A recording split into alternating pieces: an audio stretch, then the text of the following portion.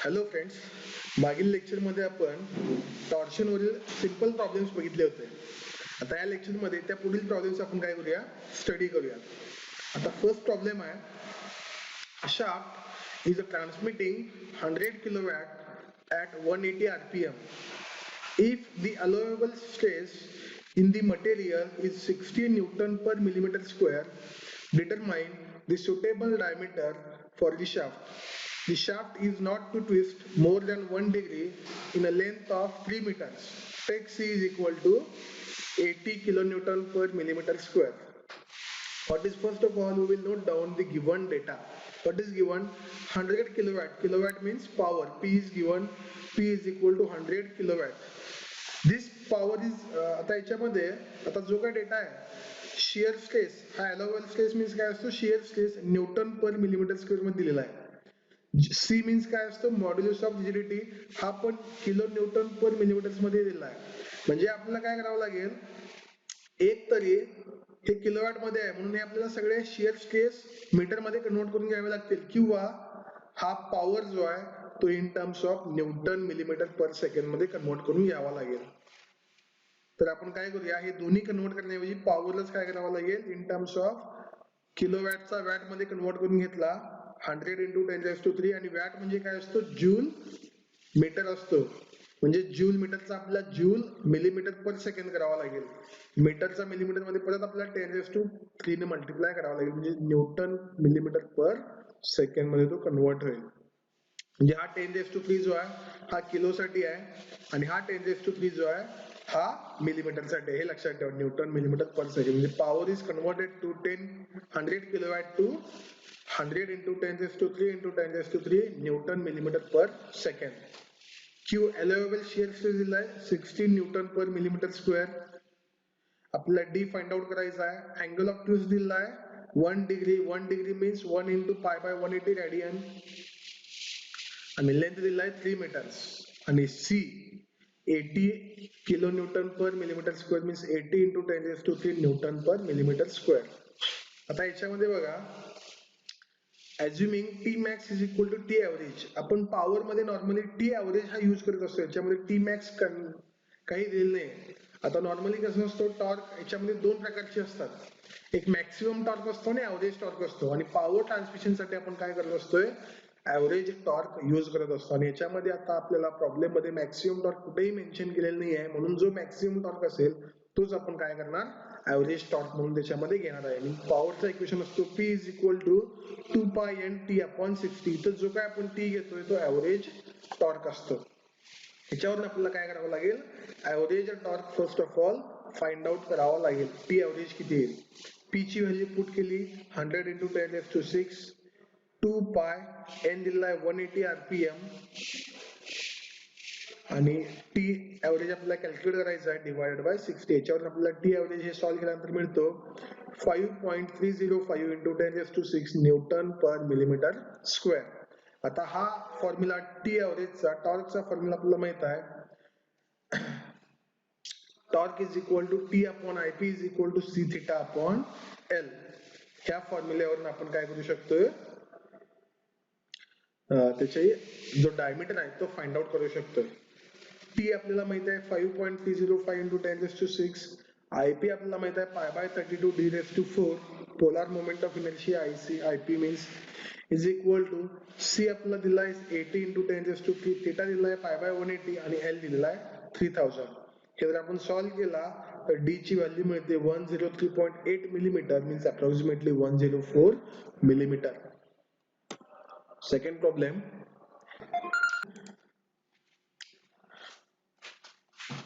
calculate the power of shaft of 300 mm can transmit with a speed of 200 rpm if the permissible shear stress is 120 newton per millimeter square. Take maximum torque as 30% more than the average torque. What is given? First of all, we will note down the given data. D diameter 300 millimeter is given, speed 200 rpm, shear stress 120 newton per millimeter square. Take maximum torque, T maximum, TAV means average torque. T maximum means 30% more than average torque, means T average plus 30 divided by 100, that is means this is a 30%. 30 divided by 100 means 30%. T average, that means 1.3 times T average. T maximum is equal to 1.3 times T average. In normally हा जो T maximum आहे हा कुठे असतो, तर टॉर्कच्या equation मध्ये असतो. आणि पॉवरच्या इक्वेशन मध्ये आपण काय करत असतो, लक्षात ठेवायचं, पॉवरच्या इक्वेशन मध्ये आपण टी ऍव्हरेज हा यूज करत असतो. त्यामुळे हे प्रॉब्लेम तुम्हाला दिलेला आहे. टी ऍव्हरेज 2π आपण 60 मध्ये घ्यावा लागतो. आणि मॅक्सिमम टॉर्क जो आहे तो मॅक्सिमम टॉर्क जो आहे तो कुठे येईल, तर या इक्वेशन मध्ये येते खाली. We know that T max is equal to π/16 q max dq. T max is equal to π/16 into q max दिलेला आहे किती, 120 न्यूटन पर मिलीमीटर स्क्वेअर आणि डायमीटर किती आहे 300 मिलीमीटर क्यूब. म्हणजे टी मॅक्स आपल्याला मिळेल 636.17 into 10⁻³ न्यूटन मीटर. हा आपल्याला काय मिळाला, टी मॅक्स मिळालेला आहे.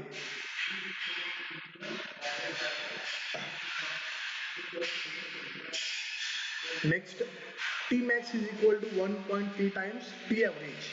मीन्स आपला T average कॅल्क्युलेट करायचा आहे, तो किती असणार, T max divided by 1.3. T max आलेला आहे 636.17 into 10⁻³ newton metre divided by 1.3. Means आपला येतो 489.36 into 10⁻³ newton metre.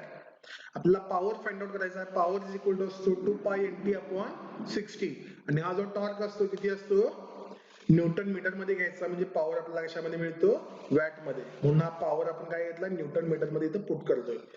2π n means 200. T average आपल्याला आला 489.36 into 10⁻³ डिवाइडेड बाय 60. म्हणजे आपल्याला पॉवर मिळेल 10.249 into 10⁻⁹ watt.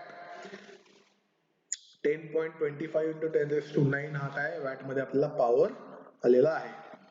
Next problem, find the torque that can be transmitted by a shaft of 40 millimeter diameter rotating at 200 rpm if maximum shear stress is not exceed 85 MPa. means Q max आपल्याला दिलेला आहे, याच्यावर आपला torque find out करता येतो. Diameter दिलेला आहे, RPM दिलेला आहे. टॉर्क बघा किती, torque is equal to π/16 d³ Q max. π/16 d³ means 40 चा क्यूब येईल आणि Q max आहे 85. हे पुट केल्यानंतर आपल्याला टॉर्क मिळेल 1.068 into 10⁻³ न्यूटन मीटर. हा 10⁻⁶ न्यूटन मिलीमीटर वरती आहे, मीटर मध्ये पाहिजे असेल तर 3 त्याच्यामधून मायनस करावे लागतील. आणि to find power, power is equal to 2π×N/60. 2π constant आहे, N आपल्याला दिलाय 200. टॉर्क आपण फाइंड आउट केलाय 1.068 into 10⁻³ डिवाइडेड बाय 60. हा जो काय पॉवर आहे 22.36 into 10⁻³ वॅट आहे. तेच मी काय म्हणू शकतो 22.36 किलो वॅट. नेक्स्ट प्रॉब्लेम आहे,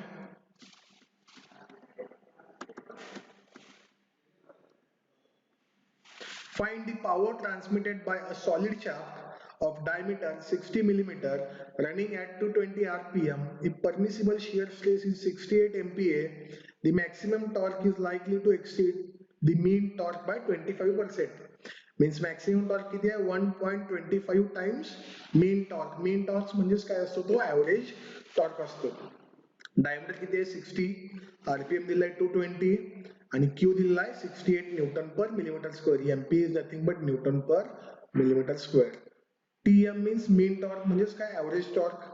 मॅक्सिमम टॉर्क जो आहे 1.25 टाइम्स मीन टॉर्क येईल, कारण 25% तो काय एक्सिड्स, म्हणजे 1.25 दिशामध्ये तो होईल. आता आपल्याला परत काय करायचं आहे, पॉवर फाइंड आउट करायचं आहे. त्याऐवजी आपल्याला मीन टॉर्क काय करावं लागेल, फाइंड आउट करावं लागेल. मीन टॉर्क फाइंड आउट करण्याऐवजी आपल्याला डायरेक्टली मिळतो maximum torque. T max is equal to π/16 Q d³. याच्यामध्ये Q गिवन आहे, D गिवन आहे. ह्याच्यामध्ये जो काय आपला टी मॅक्स मिळतो 2.883 into 10⁻⁶ न्यूटन मिलीमीटर मध्ये मिळतो. व्हॅल्यू पुट केल्यानंतर तोच न्यूटन मीटर मध्ये कन्वर्ट करायचा असेल तर ह्याच्यामध्ये 2.883 into 10⁻³ किंवा 2883 न्यूटन मीटर आपल्याला मॅक्सिमम टॉर्क मिळतो. आणि मीन टॉर्क काढायचा असेल तर तो काय करावा लागेल, mean torque is equal to Tmax divided by 1.25. 2883 divided by 1.25 is equal to किती मिळतो 2306.4 न्यूटन मीटर. हा काय मिळतो आपल्याला mean torque. Means power transmitted is equal to 2 pi N T upon 60. ह्याच्यामध्ये फक्त आपल्याला परत व्हॅल्यू पुट करायची आहे. 2 पाय कॉन्स्टंट एन दिलाय 220 आणि टीएम आपण कॅल्क्युलेट केलाय 2306.4 डिवाइडेड बाय 60. जर आपण कॅल्क्युलेट केला तर आन्सर मिळतो 53.135 into 10⁻³ वॅट मीन्स 53 किलोवॅट आपण त्याच्यामध्ये मेन्शन करू शकतो. नेक्स्ट प्रॉब्लेम दिलाय find the power transmitted by shaft having 50 mm diameter. D दिलाय 50, रोटेटिंग ऍट 120 rpm, एम दिलाय 120 rpm आणि शिअर स्ट्रेस दिलेला आहे 80 MPa means 80 newton per millimetre square. Find power P काढायचा आहे म्हणजेच आपल्याला काय करावं लागेल परत टॉर्क फाइंड आउट करावा लागेल. त्याच्यासाठी आपल्याला torque is equal to T upon J is equal to Q max upon R हा फॉर्म्युला आहे. क्यू मॅक्स दिलेला आहे, आर आपल्याला माहित आहे, जे आपण कॅल्क्युलेट करू शकतो. जे आता याच्यामध्ये बघा नेक्स्ट फर्स्ट ऑफ ऑल जे कॅल्क्युलेट केलं आहे म्हणजे polar moment of inertia π/32 d⁻⁴ जे आलेला आहे 613.592 into 10⁻³ mm⁴ आलेला आहे. युजिंग टॉर्शनल इक्वेशन आपण टॉर्क फाइंड आउट करू शकतो. ह्या टॉर्क मध्ये फक्त व्हॅल्यू पुट करायची T upon J is equal to Q max upon R. T upon J ची व्हॅल्यू आहे क्यू दिला 80 आणि आर आहे 25. याच्यावर आपल्याला टॉर्क मिळतो 1.963 into 10⁻⁶ न्यूटन मिलीमीटर. हा आपण कन्वर्ट करावा लागेल न्यूटन मीटर मध्ये म्हणजेच काय 1.963 into 10⁻³ न्यूटन मीटर.